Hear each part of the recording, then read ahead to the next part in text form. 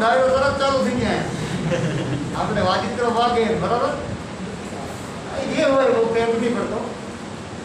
So the point પહેલા તો આપણે જે સ્ટોરી છે story line is all about a mother's home has been visited by our authoress, poetess, જે તમે કહો એ. હવે મુલાકાત કેવી છે એના મમ્મીના ઘરેથી she is going back to her own home by plane, but in between from home to the airport they both are driving through the car. So in that situation poet's mother is looking quite dull, passive, distressed, physical, unable. બરાબર આ બધા પ્રકારના પ્રશ્નો she is facing. એમાં એનું description આપેલું જુઓ તો એમાં અલગ અલગ શબ્દો છે જુઓ તો એમાં હશે I saw my mother beside me doze means she was sleeping, dozing, she was sleeping, open mouth એટલે મોઢું ખુલ્લું રાખીને આપણે ચર્ચા થયા. her face ashen મેં 4 શબ્દો લખેલા ફરી એકવાર લખું બરાબર ashen, dull, બરાબર pale અને છેલ્લે શબ્દ છે all these 4 words goes with the same meaning. અને બીજા કાવ્યમાં પણ એક શબ્દ આવશે પેલર, પેલ પરથી પેલર કરીને શબ્દ એનો અર્થ પણ આ થાય છે. તો she was looking quite faded. હજુ આપણે પોતાની ભાષામાં કહીએ તો she was quite faded of a corpse. corpse નો પણ મીનિંગ મેં લખાવ્યો just like a dead body. she was not a dead body but she was like a dead body. કે મૃતદેહ હોય એવું એટલે ટૂંકમાં જેનામાં કોઈ રસ ના હોય એવું. corpse નો અર્થ છે dead body. આપણે લખતા આવ્યો ભાઈ and realized with pain that she was as old as she looked, but soon put that thought away and looked out at young. હવે જુઓ what is the comparison? Age comparison, young versus old.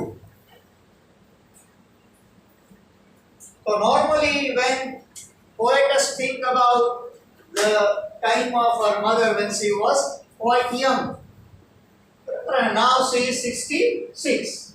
બરાબર તો તમે સફર જુઓ 30, 35, 40, 45, 50, 55, 60 5 વર્ષના ગાળા છે. અહીંયા 65 લો તો પણ તમે from 30 to 35 3 or more than 3 decades normally આ તો તમને એક્ઝામ્પલ માટે આપું બરાબર. becoming a young child તમે 10 વર્ષની ઉંમરે પણ when you observe your mother તો 35 થી તમે observe કરો till 65 તો પણ it is 3 decades. અને 3 દાયકામાં માણસનું ચિત્ર આખો ફરી જાય તમને બધાને ખબર. અત્યારે તમારી ઉંમર જે છે એ પ્રમાણે 3 દાયકા પછી 35, 37, 40 વર્ષે તમને કોઈ જુએ અથવા તમે ઓબ્ઝર્વ કરો પોતાની જાતને it will be totally different. Normally every human being changes as time passes. બરાબર તો ભાવાર્થ શું છે આપણો? So it was a great comparison to the mind. બરાબર એમના પોતાના માતા છે એટલે મગજમાં એક કમ્પેરિઝન કરે છે young versus old.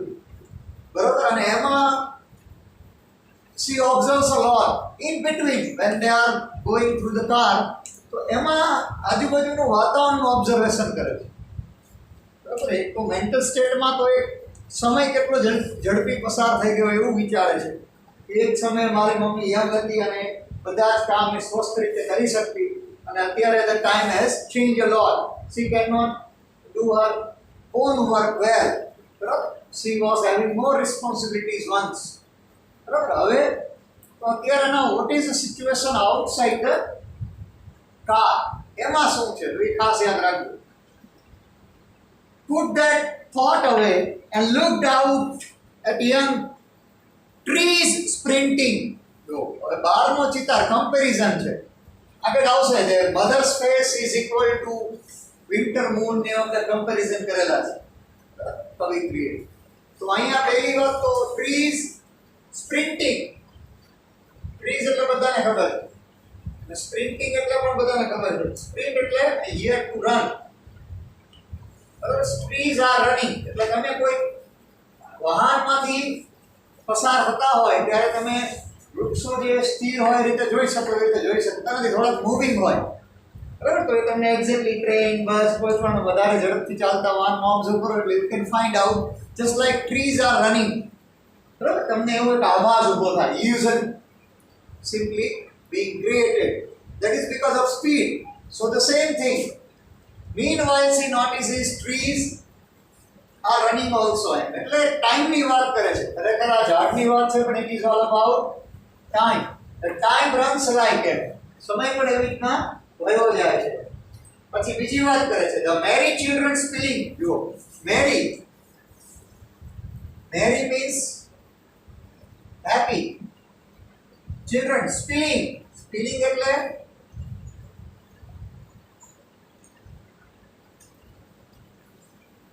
children spilling out of their homes, spilling out of their homes. તો ઘરમાં જતા હશે, બહાર આવતા હશે.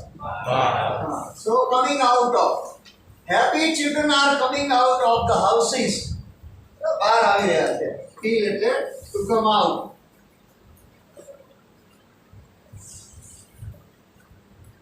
मैं लखूं छू कदाच merry children. હવે જો merry means happy, આ બહુ અગત્યનો શબ્દ છે.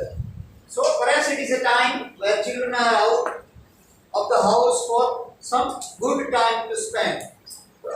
અને બાળકો જ્યારે ઘરની બહાર રસ્તા રમતા નીકળે એનો અર્થ they are all about to have quality time. કદાચ એમના રમત ગમતનો સમય થઈ ગયો અથવા તો ફ્રી ટાઈમ હોય એવું છે, બરાબર? So જો trees were sprinting and children are coming out of the home happy. But after the airport security check, હવે જો આ વાતને પૂરી કરી દીધી અહીંયા. હવે આ બે વસ્તુને કેમ મૂકી એમ? તો it is a kind of an observation. બરાબર? આ એક કવિત્રીનું ઓબ્ઝર્વેશન છે, પૂરો થઈ ગયો. હવે આને મેં સિક્યુરિટી ચેકને કોઈ લેવા દેવા નથી, તોય સીધી વાત સિક્યુરિટી ચેકને આવી. So in between the drive, she says about all these experiences she had with her mother. Now they are coming to the security airport. જો અલગ અલગ ભાગમાં બધું સમજવાનું છે. અહીંયા પાસ્ટમાં લઈ જાય છે તમને, કમ્પેરિઝન કરી યંગ વર્સિસ ઓલ્ડની. તો એના મધરનો અને પોતાનો પાસ્ટ એટલે nostalgic feeling go, flashback go અંગ્રેજીમાં.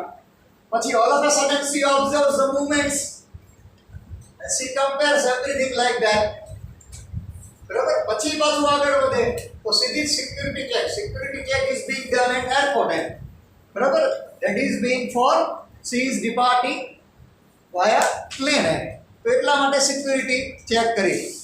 બરાબર? તો હવે જુઓ security check. But after the security check અથવા after airport security check, standing a few yards away, I looked again at her worn, pale as late winter's moon and felt that old. હવે આ પ્રક્રિયા પૂરી થઈ ગઈ. ગાડીમાંથી નીકળ્યા, ઘરેથી airport સુધી પહોંચ્યા, પણ એરપોર્ટ પહોંચે એ દરમિયાન બે વસ્તુ બની. એક તો સમયની કમ્પેરિઝન થઈ કે મારી મમ્મી એક સમય યંગ હતી ત્યારે she was very happy, she was energetic, she was સમજાય છે? પછી બીજી વાત શું બની કે comparison is being done, the trees are sprinting and then merry children are coming out of their homes. પૂરું. સીધી સિક્યુરિટીની વાત આવી. સિક્યુરિટી ચેક એટલે she has done her own security check and then she is departing from the airport to her home, and in between she is observing her mother. એની માતાને જુએ છે અને એની માતાને જુએ ત્યારે કમ્પેરિઝન કરે છે. બીજી કમ્પેરિઝન આવી આગળ. So her mother's face was like winter's moon. એને અંડરલાઈન કરવાનું છે ખાસ. વિન્ટર એટલે તો બધાને ખબર છે, શિયાળો. અને મૂન એટલે બધાને ખબર છે, સૂર્ય. સૂરજ જાગે, સૂરજ ચાચુ જાગે, ચંદા મામા સો ગયે. બરાબર ને? આ કે ના? શું ના? મૂન એટલે અચ્છા ચાંદ. તો સૂરજ એટલે અચ્છા SON SU એમાં એવું આવે. ઘણા હોશિયાર. હવે આમાં કઈ બીજું તમને દીકરાના સૂર્યવંશનો અર્થ ખબર છે, એનો અર્થ તમને ઘણું બધું ખબર. કોઈ એમ કે યુ આર ખબર તો તમારે કહેવાનું yes I am but you are too. કારણ કે આટલી ખબર હોય એનો અર્થ ઘણો સમજાય. જિલ્લે હિલાઈ હિલ્લે હિલાઈથી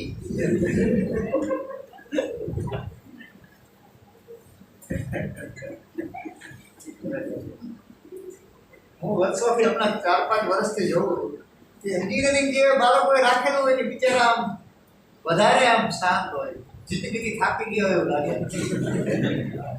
લાઇવલીનેસ કેરેક્ટરિસ્ટિક નથી વધારે. એને કદાચ પરાણે આગળ વધવાનો ડર હોય કે વધારે ટકાવારી આવી જાય એની બીક હોય. તમે સિન્સિયર આમ નોર્મલી હોવો છો પણ એવું કઈ છે નહીં. મને તો તમે બધા વધારે ડર લાગો છો. 4-5 વર્ષથી એવા બાળકો આવે છે બિચારા એવા બેઠા હોય ને સમાધિમાં જતા રહ્યા હોય. એને હું કાયમ ઈર્ષા કરું કે આ 14-15-16 વર્ષના બાળકો અત્યારથી સમાધિ યુગમાં જિંદગી પૂરી થવા આવી તો હજુ આપણને ખબર નથી પડતી. તમે કેટલી નાની ઉંમરે આવડી મોટી સાધના કરી નાખી. I always have that great jealousy. કાયમ હે વર્ષોથી હમણાં 3-4 વર્ષથી તો એવું જ અનુભવાય કે એ ગ્રુપના બાળકો સાક્ષાત બુદ્ધત્વ પ્રાપ્ત સજીવ હોય એવું જ લાગે. ઈશ્વર અને ડાયરેક્ટ કોન્ટેક્ટ હોય ને આમ બેઠા હોય નિરાતે. બરાબર. કબીર સાહેબ ની એક સાથી છે. કબીર સાહેબ તો નામ તો ખબર છે ને, જોયા તો મેં નથી. કબીર સાહેબ એક સાખીમાં એવું કીધું છે, સાંભળજો, બહુ મસ્ત મજાની વાત છે. સાહિત્ય છે આ બધું. લોકોને જે લાગતું હોય ડાયરો વાર્તા વગેરે લોકોને આપણે બહુ સાંભળવાનું નથી. લોકોનું બહુ સાંભળવાનું નહીં. જીવવું હોય તો, અને લોકોને સારું દેખાડવું હોય તો જીવવાનું ભૂલી જાવ. બે જ મુદ્દા છે રાઈટ.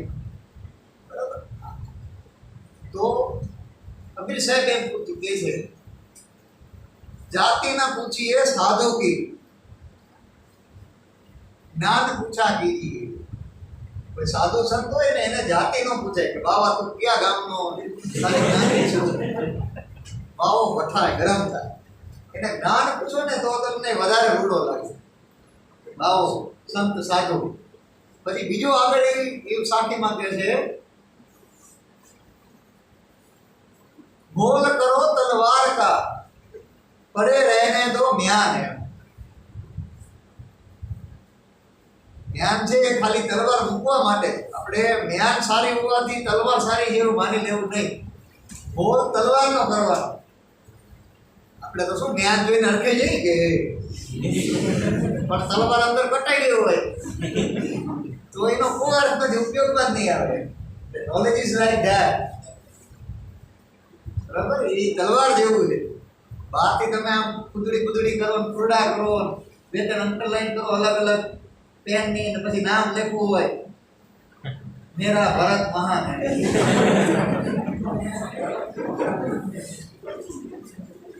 મમ્મી કે તો આચું મેરા ભરત મહાન. આપણે હાથે હાથે ન લખાય. એનાથી આપણે જ્ઞાન થયું જો તમને સમજાય તો. બરાબર. તો ભાવાર્થ શું છે? Winters moon. હવે વિન્ટર મૂન આરે કેમ કમ્પેરિઝન કરીએ? તો winter is a season where moon is not that highlighted and enlightened, or rather brightened. શિયાળામાં ચંદ્રમા હોય એ સામાન્ય રીતે મિસ્ટથી ઢંકાયેલા હોય અને એને પ્રકાશ નથી આપતા જેટલા નોર્મલી બીજી ઋતુમાં આપે. એટલે એનો અર્થ શેડેડ અથવા ફેડેડ અથવા કવર્ડ એવો થાય કે જિંદગી ક્યાંક ઢંકાઈ ગઈ હોય. બરાબર. એવું હોય. તો winters moon, it means a very unbrightened, a covered. એમ. બરાબર. બે અર્થ તમે લખી શકો, લખવા હોય તો સમજણ માટે. વિન્ટર એટલે શિયાળો જ થાય અને મૂન એટલે ચંદ્ર જ થાય. બરોબર. તો એનો કેમ આવો ઉપયોગ કર્યો? લખુભાઈ છેલ્લે સ્મિથ લખું ત્યાં લાય લખી દો. લાય બીજા સૌનો થાય કો લાગે. લાય લખી. અરે ભાઈ એમાં શું કે સેવા કરવાનો લાગે.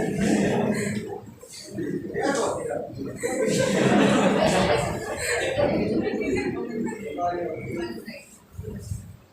હવે આટલું ખાલી લખો તો ખરા, ભણો નહીં તો કાંઈ નહીં. ઘરે જઈને ચોપડી આમ થાય તમે અંગ્રેજી નથી બોલવાના. આયા તો ભણો યાર દોસ્તો. મેં શું વાત કરી હતી कि you people better learn here because घरे जैसे जाते हो विज्ञान का हमारा चला आता कारण जो मुख्य विषय है તમારા એના ઉપર તમારું જીવન ટકેલું છે અત્યારે. અને આ વર્ષ ગયું વર્ષ તો તમે બહુ જોરદાર ભણ્યા, ભૂતાભાઈ લખ્યું, શાનદાર ને જોરદાર ને એના એટલું બધું વાંચી દીધું તમે. તમારો પાયો એટલો બધો ઇમારત નાની પડી ગઈ. પાયો જેવો મોટો ગણી લીધો, ઇમારત નથી દેખાતી. The foundation is that tall and strong. Building is totally ગાયબ. તમે અર્થ સમજી શકતા હોય તો મારા ઘણું બધું આમાં જે કહેવાનું છે. અને છતાંય આપણે નિશુ વિદ્યાન તો માન નથી. કવિ નાના લેવું કહી ગયા કે નિશાન ચૂક માપ પણ નહીં માપ નીચું નીચું. ટાર્ગેટ તો ઊંચો જ રાખવાનું, સેન્ચુરી દરરોજ પાકી જ રાખવાની. મદદ ક્રિકેટ રમવા જઈએ એટલે ભલે આપણે 8મા નંબરે જતા હોય અને આપણે મગજમાં એમ રાખવાનું કે હમણાં શ્રીલંકા હરાઈ જઈશું કે અરે એ બીજા નંબરની, પણ યુ શુડ ટ્રાય. તો you should try your maximum. પછી ભલે 96 ની જગ્યાએ 66 આવે શું કરે. એટલે normal point is you should try your best. Simple logic is that. પછી કઈ રડવાની જરૂર નથી. આપણી મહત્તમ મર્યાદાઓ થઈ જાય પછી કોઈ હરક શોખ ક્યાંય રાખવો નહીં જીવન. બરાબર કે ભાઈ બહુ પ્રયત્ન કર્યા, બહુ પરીક્ષાઓ આપીને નોકરી મળી, ઠીક છે. ન મળી તો વધારે ઠીક છે. કારણ કે you have tried your level best. Somehow there is a limitation of yours and you can not make further. It means you have tried your level best. Your work is done. Every time it is not that you get golden success. એવું લાઈફમાં ક્યાંય નથી ભાઈ. Life is totally different chapter to live. આ તો બધું માત્ર ઉઠા વચ્ચેનું જ્ઞાન છે, પહેલું છેલ્લું પૂછવું. આનો ક્યાંય લાઈફમાં ઉપયોગી નથી. લિટરેચર વાંચી શકાય, મજા લઈ શકાય, સાયન્સનો ક્યાંય બેઝિક ઉપયોગ જ નથી. થર્મોડાયનામિક્સ તમે ભણી જાઓ, ઘરે જઈને શું ઉપયોગ કરવો? અહીંયા તમને થોડો દાખલા શીખ્યા તમે ફિઝિક્સમાં, એનો ઉપયોગ ઘરે શું કરો? કાંઈ નહીં. જો બેઝિક નોલેજ કોન્સેપ્ટ ક્લિયર કરે છે કે આવું ફિઝિક્સમાં હોય. મેથ્સ બધા તમે લો છો એન્જિનિયરિંગ લાઈનમાં, હવે તમને મેથ્સ આવડે તો જ એન્જિનિયરિંગ કરાય એવો પાયો છે એનો, પણ એવું કોઈ કીધું જ નથી. શું કરવું તો એ ગ્રુપ બરોબર છે. તમને ઠીક લાગ્યું એટલે તમે એમાં ગણિતમાં કઈ ખબર જ ન પડતી. 8, 9, 71 તરીકે વાહ. એટલે આને પાછું એન્જિનિયર થઈ જવું. See, the simple meaning for becoming good engineering or good engineer, you must love math. You must know the math well. એ બેઝિક છે એન્જિનિયરિંગ. પણ તમે ટ્રેન્ડ સેટિંગ માટે એન્જિનિયરિંગ એડપ્ટ કરી લો અને પછી you can not get success, તો એમાં એમનો વાત નથી, આપણો જ વાત. You must love maths, otherwise you can not opt for any engineering. Maths is the basic of engineering, any kind of. બરાબર. હવે તમને if you are in love with MBBS, MS, MD એવા ટેગ મળે કે આઈ એમ a doctor, ભગવાન કા દૂસરા નામ, તમને એવી મહત્તા હોય સત્તા કે ભાઈ લોકો આપણે નીકળી ત્યારે મદદથી બોલાવે કે જો ડોક્ટર સાહેબ કહે, તો you opt for B. You have to work hard rather than. Engineers usually do not work hard. IITs ને બાદ કરતા આપણે એન્જિનિયરિંગ કોલેજમાં છોકરાઓ છેલ્લા 2-4 દીમાં જ વાંચે. ઉજાગરા જ કરવાના, સફરજન ને 4-5 પડીકા ઉઘડક પગ બેસી જાય, થોડીક વાર લાંબુ ઊંટો વાંચતો અને લેપટોપમાં વિડીયો જોઈ લે, છેલ્લે ઓલા 20-20 નોટ્સ વાંચી લે, 4-5 દિવસનું ફેલ 20-20 રમી નાખે, પાસ થઈ જાય ને મોજ. Engineers are just like that ધુની. ડોક્ટર્સ હોય કમિટેડ હોય, શરૂ થાય જિંદગીમાં ભણવાનું, વાંચ ચોપડા જીવન, એનામાં બેમાં ફેર. ઓલામાં hardly you need kind of this mental approach અને there you need totally sincere approach. બેમાં ડિફરન્સ છે. Engineers are right rather than sincere. They people are very dhoni like people. Engineers આમાં કે દેવા હોય અને ડોક્ટર્સ વાળા હોય એકદમ સિન્સિયર હોય, ગમી જાય. ટાઈમ ટેબલ હોય, કામ કલાકો હોય, વાંચન લેખન એવું હોય. બંનેની જરૂર છે. એન્જિનિયર્સની પણ જરૂર છે કારણ કે વોશિંગ મશીન એન્જિનિયરે બનાવી, ત્યાં ડાક્ટરનું કોઈ કામ નથી. આપણા જે પણ સાયન્સ ઇન્વેન્શન્સ છે જેને આપણે રેગ્યુલર એન્જિનિયરિંગ લાઈફમાં વાપરીએ છીએ તો એન્જિનિયર્સે બનાવેલા. ડોક્ટર તો માત્ર તમારી ચિકિત્સા કરે, એને જાહેર જીવન આવે બહુ ઓછા લેવા દેવા. તો કહેવાનો બહુ થયો તો અહીંયા પણ એક કાઇન્ડ ઓફ મેન્ટલ અપ્રોચ છે જોવાય. And then my mother's face was like winter's moon. Familiar act, એક એટલે પેઇન, પીડા. બે ચાર શબ્દો છે નવા. પેઇન, એક મીન્સ પેઇન.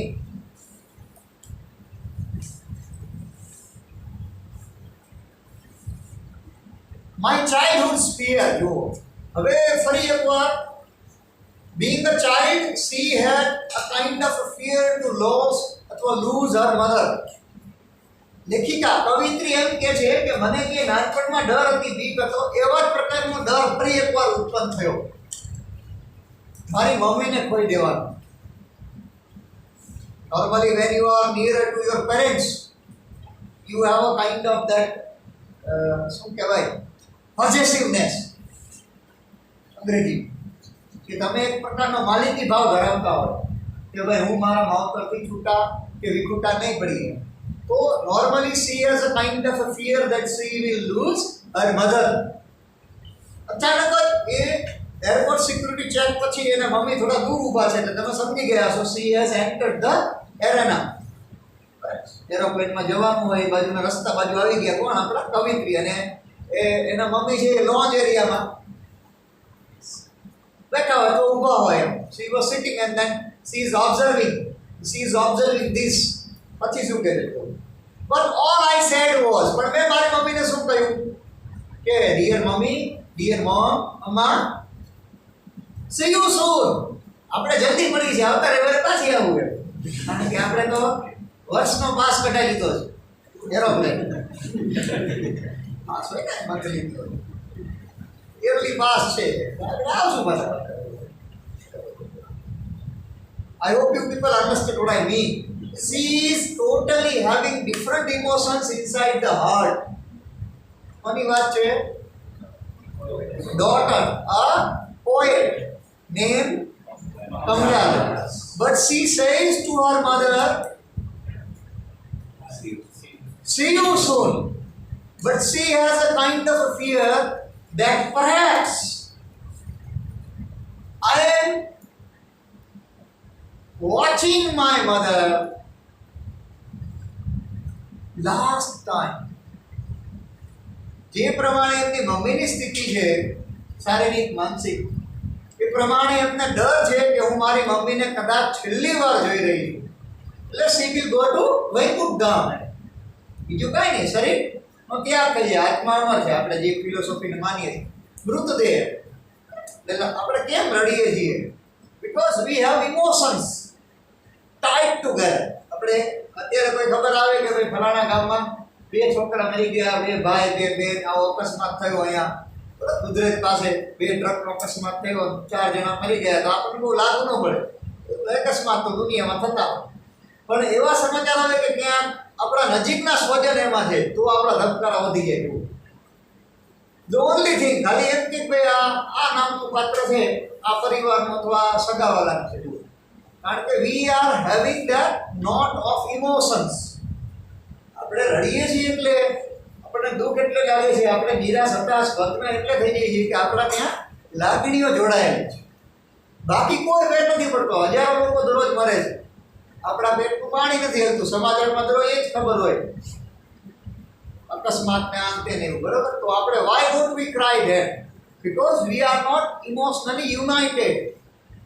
જ્યાં જ્યાં આપણી લાગણીઓ જોડાયેલી છે, જ્યાં આપણે એકબીજાથી લાગણીઓથી નજીક છીએ, ત્યાં આ પ્રકારના ભાવ પ્રગટ થાય. નોર્મલ પોઈન્ટ આ છે, બીજું કાંઈ નથી. એટલા માટે કમલાદાસ ઇઝ ફેસિંગ ટફ કે she will lose her mother. કારણ કે એમાં આખી જર્ની સમાયેલી છે. બાળકને જન્મ આપવાથી જ્યાં સુધી એ જીવે ત્યાં સુધીના બધા જ ઇમોશનલ મોમેન્ટ્સ એની માતા અને પિતા સાથે વણાયેલા હોય. સમજાય આખી વાત? That is Y this is important for her. અલગ ભાવ છે, અલગ લાગણી છે, છતાં એ અલગ જ પ્રકારે વ્યવહાર કરે છે.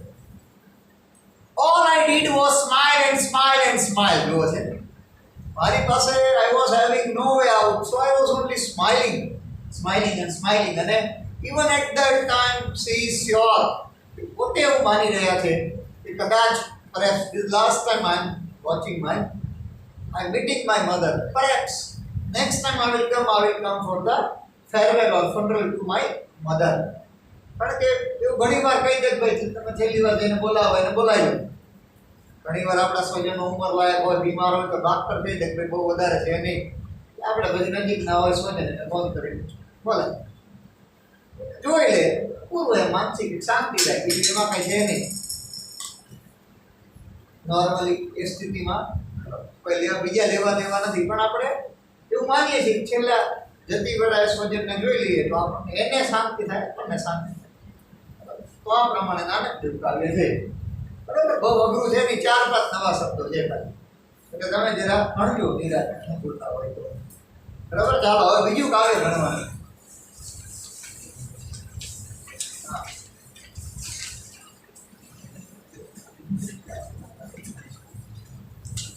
ટાઇટલ શું છે બધા બોલો.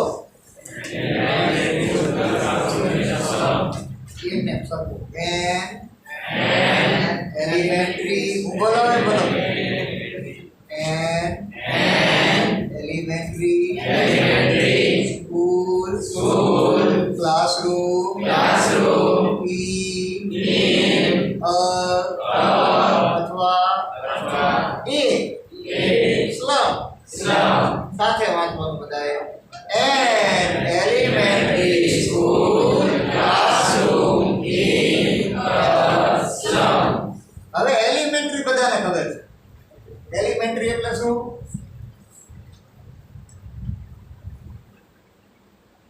ખબર છે હે? પ્રાઇમરી. એલિમેન્ટરી એટલે પ્રાઇમરી એટલે કયા ધોરણ આવે 1 થી 8. પ્રાઇમરીમાં કયા ધોરણ આવે? પછી સેકન્ડરી માધ્યમિકમાં કયા ધોરણ આવે?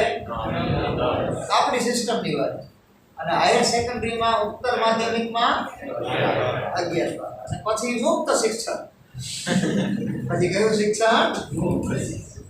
પછી એમ જે વાળા ભાવે વાળા વધારે રાખે. સમજે એ વાત કે નો સમજાની વાત? તમે જુઓ નોર્મલી 1 થી 10 છે આ સર્કલ જેવું બધા આમ ફરે જ રાખવાનું ગોળ ગોળ સરખા વિષય એમ. એમાં કોઈ ઓપ્શન નથી. પછી 11 થી તમે સેમી સર્કલમાં આવી જાઓ. આ સાયન્સ હોય તો આટલામાં ભણવાનું, કોમર્સ હોય તો એટલામાં. એટલે વિષય નક્કી થઈ ગયા ફિઝિક્સ કેમિસ્ટ્રી મેથ્સ બાયોલોજી. ખબર પડે છે? એટલે નોર્મલી 10મા સુધી બધાને કોમન જ હોય. તમે ઓલ ઇન વન એટલે મીડિયમ એટલે ઇંગ્લિશ મીડિયમ ગુજરાતી મીડિયમ નો બોર્ડ એટલું બદલાય. સીબીએસઈ આઈસીએસઈ ગુજરાત ઇત્યાદિના ટ્યુશન રખાતો અહીંયા તમને જ્યાં અનુકૂળ લાગે તમે અહીંયા પછી વિષય પ્રમાણે જવું પડે. ફિઝિક્સ વાળા સાહેબ અલગ, કેમિસ્ટ્રી વાળા અલગ, મેથ્સ વાળા અલગ, બાયોલોજી વાળા અલગ. જો બરાબર. પણ આ બધામાં તમે જો અંગ્રેજી ક્યારે તમારે છૂટવાનું નથી. અંગ્રેજી આવતીકાલે તમે એન્જિનિયરિંગ કરો તો સીએસ આવશે, કમ્યુનિકેશન સ્કિલ્સ. સીપીટી આવશે. મેડિકલમાં એક ઇંગ્લિશ કરી આવો તો એનો બ્રિજ કોર્સ બનાવી નાખ્યો છે સરકારે. બ્રિજ કોર્સ મેડિકલ વાળા એક. બાકી બધાને અંગ્રેજી આવે. બીએસસી કરો તો કમ્પલસરી ઇંગ્લિશ આવે. બરાબર. કોઈ પણ વિષય તમે એન્જિનિયરિંગ કરો તો આવે, ડિપ્લોમા કરો તો આવે, બીએ બીકોમ બધે અંગ્રેજી ઇઝ વેરી ઇમ્પોર્ટન્ટ સબ્જેક્ટ. શું છે કે આ વિષય કોમન બધે આવે ક્યાંક ને ક્યાંક. એમબીબીએસ એટલે કે માસ્ટર ડિગ્રી પરસ્યુ કરતા હોય, બેચલર ડિગ્રી પરસ્યુ કરતા હોય ત્યાં એક મેડિકલમાં નથી આવતું. કારણ કે મેડિકલમાં ખબર છે કે આ ડાક્ટર કોણ છે. એ ભલે પછી ગમે એમ રાડું કરતા હોય. કારણ કે I have observed many of the doctors, they even do not greet. When you say good morning sir, they do not say good morning in reply. આ બધા ઘણા doctor. I personally feel very unhappy because doctor is a highly respected fellow person. When someone being a patient, કોઈ માણસ તમને કે good morning સાહેબ તો તમારી ફરજ છે કે તમે ગુજરાતીમાં શુભ સવાર કહો, ગુડ મોર્નિંગ કહો. દર્દીને એમ થાય કે ના સાહેબને બોલતા આવડે. હા બોલો શું હતું? લા ભાઈ દર જોઈતો ન્યાય આવ્યો હોય ને શું હતું શું? આ થોડા કે એટીએમમાં પૈસા કાઢવા આવ્યો. સમજે છે ને? તમે કોઈ આવું બે અનુભવ તો આપણે કઈ ગુડ મોર્નિંગ સર એટલે બોલો શું હતું? પૈસા કાઢવા આવ્યું. એટીએમ છે ને એટલે ભાઈ ગુડ મોર્નિંગ તો કે ભલે મને જે હતું એ પછી પૂછીએ. તું ઘરે આવી રીતના દિવસ ભાઈબંધ આવ્યું बा मुलाइजा सरदारों का सरदार, राजाओं का राजा, महाराजाओं का राजा, महाराजा धीराज बदल रहा है। मैं देख रही हूँ तो मस्त मस्त चल रही है। बोला प्रश्न हो तो मैं तो नहीं कहूँ पर मैं आज कह दे એટલે કઈ તોફાન નથી કરતો. તારું નામ શું? હે તું નહીં આવે ફ્રી દા ફ્રી એટલે આમ ટેવ હોય. એ કોલેજમાં હતો ને ત્યાં છોકરો એક છોકરો ટેવ હતી, કડીનો બિચારો છોકરો હતો. એટલે પછી હું ભણાવતો હોય પણ એ નવો છોકરો આવ્યો હતો કોલેજમાં આવ્યો ને આમ જ જોયો. એટલે બે ત્રણ દિવસ મેં કીધું આને કદાચ આંખનો કાંઈ પ્રશ્ન લાગે, આપણે ડાયરેક્ટ તો પૂછાય નહીં ને. એટલે પછી મેં કીધું એક અઠવાડિયું જવા દીધું એમ આમ જ જોયો આમ ખુલી ધરી તો હોય ને. એટલે હું ગયો બીજા અઠવાડિયે ખરેખર આવું. મેં કીધું બેટા કાંઈ તકલીફ છે? મેં કે હા સાહેબ. મેં કીધું આમ કેમ અને અંગ્રેજી યારે વેર છે મારી યારે વેર. એને કીધું ના ના સાહેબ મારે એવી ટેવ છે, હું બધા એવી રીતના જેમ. એટલે જસ્ટ ઇમેજિન એ છોકરાનું ગેસ્ચર ને પોસ્ટર એ પ્રકારનું બધા લેક્ચરમાં આમ જ ભણતો હોય. જસ્ટ ઇમેજિન યાર કેવું લાગે એ છોકરો બધા વર્ગમાં એમ બેઠો હોય પણ ડાયો છોકરો હતો, શાંત હતો, પણ એની એવી ટેવ હતી કે સાહેબ મારે એવી રીતના ટેવ પડી ગઈ છે, હું એવી રીતના જ ભણતો આવું. તો ઠીક મેં કાંઈ બીજો તકલીફ નથી ભાઈ, બીજું કંઈ પ્લાનિંગ હોય તો કહેજે. અમારું છોકરાને નવું છોકરું હોય એટલે ક્યાંક કોક કીધું છે સાહેબ બહુ ફરક, 10 માસ બાદ નહીં પહેરવા દે કોલેજમાં, અંદર ફટાફટ બંધ કરી જવાનું. મારી ઓફિસ અહીંયા 12 છોકરા આવે નહીં, બૂમા બૂમ ને એવું થાય નહીં. આપણે જે ઓફિસમાં હોય બધી શાંતિ હોય એટલે એ કદાચ કોઈ કીધું હોય એ બહુ ડોટ ડાયો સાઈડ છે, ધ્યાન રાખજે. એટલે મેં કીધું આ તો આવ્યું હોય. હા એટલે નોર્મલી શું હોય એ એટીકેટી મેનર્સ છે, એમાં કંઈ બહુ છે નહીં, એમાં કંઈ પણ આવું બને. Life is all about new experiences છે. તો જસ્ટ ઇમેજિન મેં કીધું પણ કંઈ થોડું સીધું વ્યવસ્થિત જોવું. મેં કીધું થોડું કોકને બીક લાગી જાય. ભલે મને બધા લેક્ચરમાં પછી આંખો એની પ્યાર કરે કે લાલ થઈ ગઈ. મેં કીધું આ કંઈક ટીવી નથી આવતું ને હોય અમુક ઘરેથી કાઢી મૂક્યા હોય એને આવું રિયલ લાઈફમાં બને એવું આમાં કંઈ ખોટું નથી એમ. એટલે એ સંસદની વાત છે, બીજું સમજમાં જોઈએ.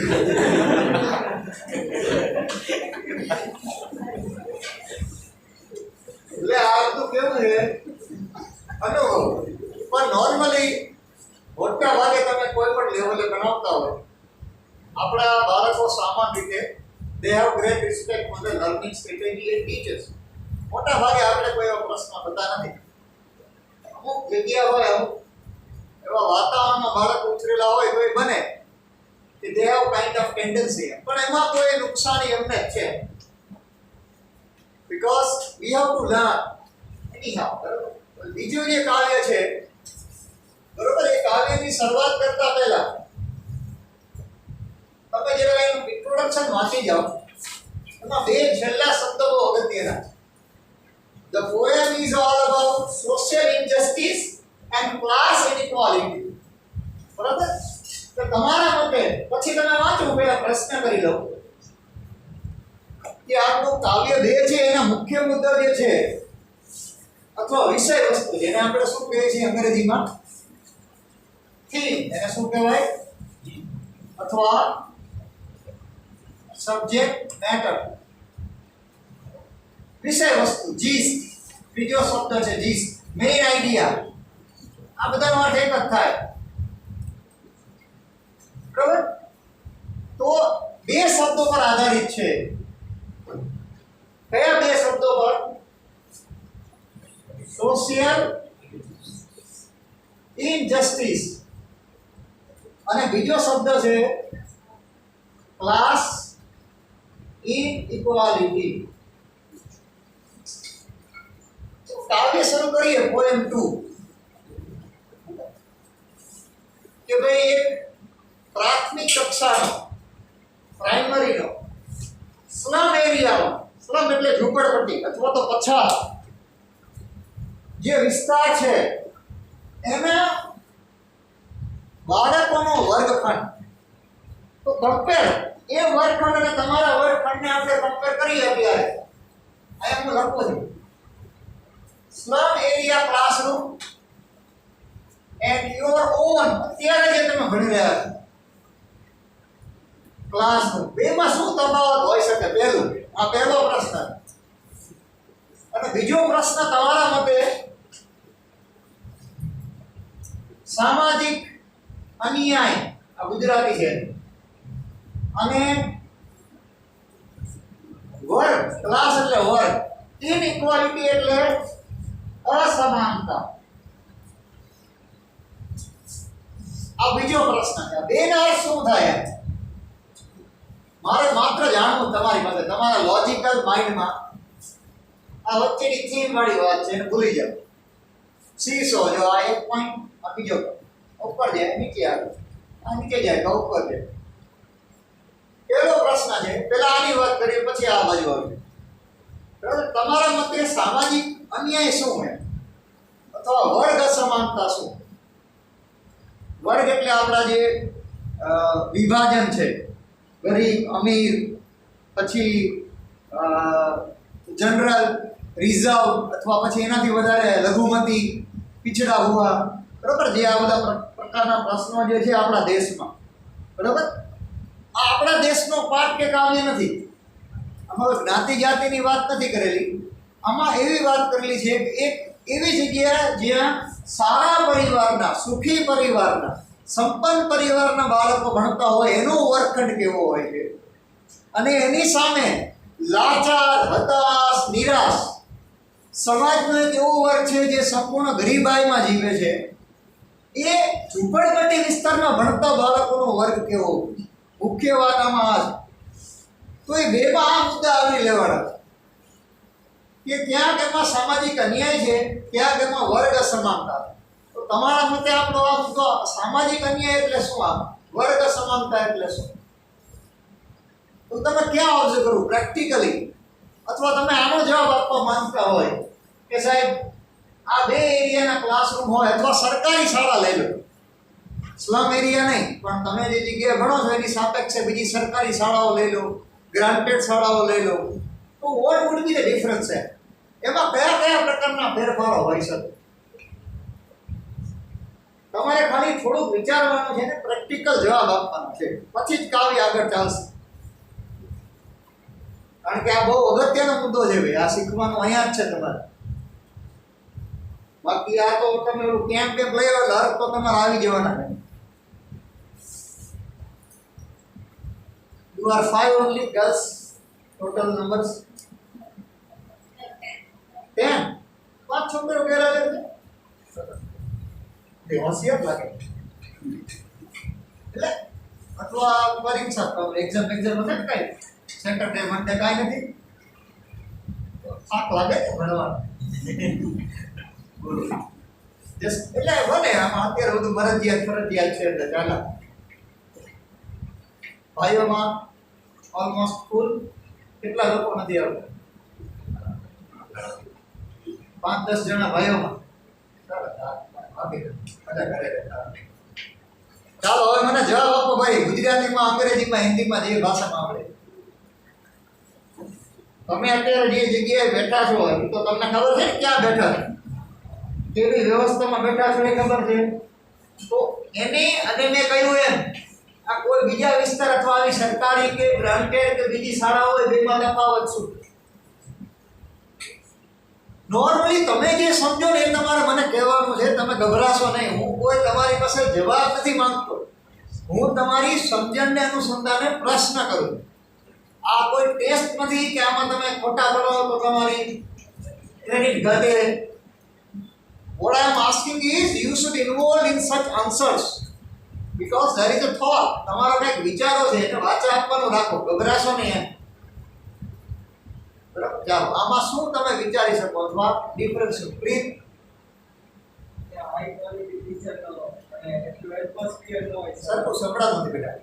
હાઈ ક્વોલિટી સારા એજ્યુકેશન વાળા ટીચર્સ નો હોય. એને બેઠા બેઠા ઊભું નથી થયું. હું જ બેઠો તને ઊભું થવાનું કેમ કહ્યું? એવું નથી. હાઈ ક્વોલિટી વાળા ટીચર્સ મોસ્ટલી ન હોય, આવો એવું માની લે. ચાલો પહેલું. પછી હવે પણ સરકાર ભરતી છે ને પરીક્ષાને આધારે કરે. તમારી બીએસસી બીએડ એમએસસી બીએડ કરો, પછી તમે ટાટની એક્ઝામ આપો, પછી તમારું મેરિટ આવે. કાલ જ બધાને માધ્યમિક શિક્ષકો જે છે એને મેરિટ પ્રમાણે સ્થળ આપવા પરમ દિવસે એ 6 તારીખથી હાજર થશે. તો નોર્મલી હાઈ ક્વોલિટી ટીચર્સ તો હવે ત્યાં જ છે, ઊંધું છે. જે મેરિટમાં આગળ એને જ નોકરી મળે. ઓકે, હાલો એક મુદ્દાને આપણે સમજીએ. બીજો મુદ્દો એટમોસ્ફિયર નો હોય. એટમોસ્ફિયર એટલે આમ કેવું નહીં નોર્મલી. ભણવામાં હા, કદાચ એવું બને કે હાઈ ક્વોલિટી ટીચર્સ છે પણ they are not interested in full teaching. જે અત્યારે અહીંયા પ્રાઇવેટમાં આપતો હોય સારામાં સારું, એ મને એમ કે જાઓ સાહેબ સામે ઓલી સ્કૂલ છે મફતમાં ભણાવવા જાવ. એટલે ઉદાહરણ તરીકે સામે એટલે કોઈ આવી તો મને એમ થાય ભાઈ અહીંયા ઢોકળા ઠોકારા છે, કક્કો નથી આવડતો. હવે એને આપણે આ બધું અંગ્રેજીમાં વાર્તા કરી તો કેવું લાગે એમ. એટલે કદાચ 100% should not be given by teacher. That could be true.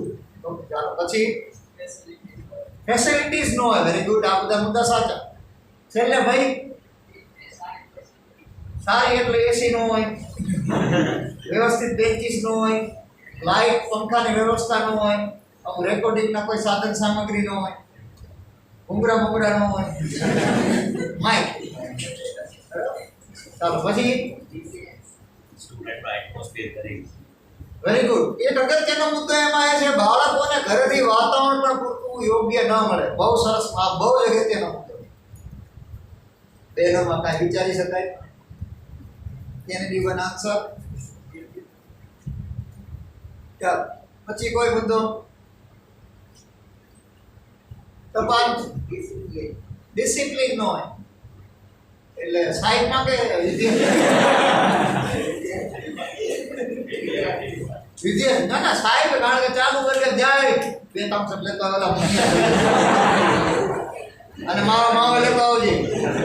અહીંયા તમે જાઓ પ્રાથમિક શાળામાં આવે હોય બાળક જાય એને તો મજા સાહેબ નો બે થમ્સઅપ ને એક માવો. કાળું સાહેબ આવું યાર નોર્મલ હોય. એ બાળકને ખબર નથી કે પણ એનું સાહેબ ને ભગવાન જેવું છે. આવું બધું હોય. આપણું કલ્ચર બધું એવું છે. જે છે એ સ્વીકારવું જરૂરી છે. એમાં આપણે કે ના સાહેબ એવું હોય નહીં એવું ભાઈ. જે છે એ છે. Accept what is true. મજા જિંદગીની યાદ.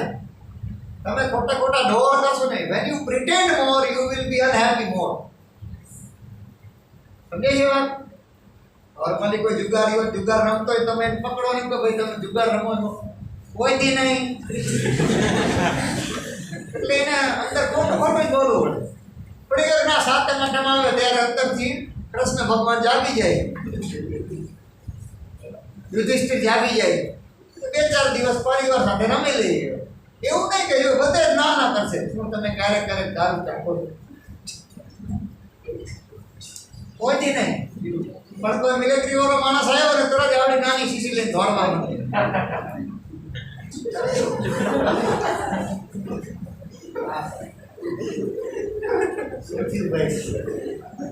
ચિંતા નથી ને જણ આવી શીશી ખબર પડી ગઈ ને શું તો દવા તરીકે પણ એ સ્વીકારે નહીં. ના આપણે કદી જોયો નથી ને. આપણને કેમ આવું થાય? આપણે સમાજની ટીકે ના પાડી. સિગરેટ પીતો હોય આપણે પછી તમે સિગરેટ ના ક્યારે એટલે ભાગીએ એટલે કોક દિવસે દરરોજ હાંજે બેઠો હોય તો એ ના પડે. જુઓ આપણામાં આ મને હું એવું નથી કહેતો આપણી સારી વસ્તુ છે. મારો કહેવાનો અર્થ છે આપણે સમાજમાં એવું કેમ નથી રજૂ કરી શકતા કે જે આપણે કરીએ છીએ. આપણે એવો સમાજ કેમ નથી બનાવતા સ્વસ્થ? કારણ કે જુઓ વેસ્ટર્ન કલ્ચર હંમેશા એક વસ્તુને અપરોધ કરે છે. એ લોકો સોમથી શુક્ર પૈસા કમાય છે અને શનિ રવિ પાર્ટી કરીને વાપરી નાખે.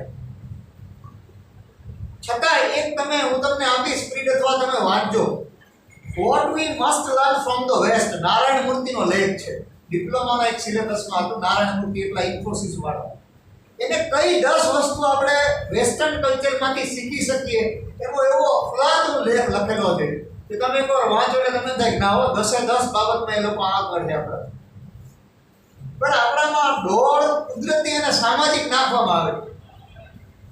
આપણું ઘરનું વાતાવરણ એ પ્રકારનું છે કે જ્યાં આપણને ખોટું બોલવાની ટેવ, ખોટું એટલે ટ્વિસ્ટ કરીને ખોટું બોલવાની ટેવ, કઈ સ્વીકારવાની ટેવ ને આ બધું આપણા કલ્ચરમાં આવતું જાય છે. સાચી વસ્તુને કોઈ સાચું નથી કહેતું. જેની ભૂલ છે એની ભૂલ આપણે, અને આપણા પેરેન્ટ્સ પણ એવા છે તમે એને કંઈક ટકોર કરો તો એ તરત કે બસ સહેજ મોટું થયું એટલે આનું બોલવા માંડ્યું, સીધું આ જ વાક્ય બોલે એટલે ભણાયો તો હા એટલે જ ભણાયો. બે દીકરો ગમે એમ તમે સાચું કહો કોઈ પણ માતા પિતાને એટલે એ તરત શું કે છેલ્લે આવી જ ને આવી જાય એટલે જ તને ભણાયો તો અમે આજ અમારે જોવાનું હતું. એટલે લે ભાઈ તને સાચું કે તો યાર શીખવાનું હોય તરત શાબાશ આપી દીધું, વેલ ડન બેટા, તને અમારી ભૂલ દેખાડતી, અમારી આંખો ખોલી થઈ ગઈ, અમે આભારી, આઈ એમ હેવિંગ ગર્વ ઓન યુ કે યુ આર માય બેટા એન્ડ બેટી. આ તો ઊંધા શેરજી હાનું ન બોલાજો, વડીલ કહેવાય, માવતર કહેવાય. એટલે તમે હાવ ખોટું કરો તો વડીલને માવતરમાં જવા દેવો. તમે જુઓ આપણી હું તો બહુ અમુક મુદ્દાનો વિરોધી છે આ બધા. તો normally your work for this is that, પણ આપણે એવું નથી કરતા જુઓ. એટલે આ આપણી હિપોક્રેટ માઇન્ડસેટ છે, આ social injustice, class inequality. Okay, પછી હવે આમાં એક અગત્યનો મુદ્દો વધારાનો આપણે ભણીશું. તમે વાંચતા આવજો, આવતીકાલે હું લેક્ચર લેવા આવીશ ત્યારે આ કાવ્ય ભણશું આગળ. આ કાવ્ય બીજું શું કહેવા માંગે છે તો this is all about social and class inequality, સામાજિક વર્ગીકરણ અને સામાજિક અન્યાય છે. એના સિવાય એક મોટી વાત જે કરીએ એ ફિઝિકલ માલ ફંક્શન કે ન્યુટ્રિશન. જો ગુજરાત સરકાર અને ભારત સરકારે પહેલા તો મધ્યાહન ભોજન યોજના મિડ ડે મીલ શરૂ કરી. મિડ ડે મીલ એટલે પ્રાથમિકમાં ભણતા તમામ બાળકોને બપોરે ભોજન પૂરું પાડવાનું. અને તમને કદાચ જાણીને દુઃખ થાય કે 30 to 40% children going to school for the meal only. કારણ કે અમુક એવા મજૂર વર્ગના પેરેન્ટ્સ છે જેના માતા પિતા સવારથી સાંજ કામે જતા રહે અને એ બાળક ત્યાં બપોરે જમી શકે અને ભણી શકે, બે કામ માટે. પણ મુખ્ય તો ભોજન. કારણ કે તમે આપણા તાલુકાના અંદરના ગામડામાં જાઓ, આપણા તાલુકાના આજે 9 તાલુકા છે આપણા, ચોટીલા, મોડી, થાન, સાયલા વગેરે વગેરે, સાંગધ્રા ને બરોબર, લખતર, આ બધાના અંદરના ગામડા જે છે આ ચોટીલાની બજારના, ત્યાં તો તમે જાઓ એટલે તમને એમ થાય કે હજુ એ લોકો બસ નીકળે ને તો જોવા નીકળે એવા ગામ છે. હજુ સારી બસ નીકળી હોય ને તો એ જોવા નીકળે.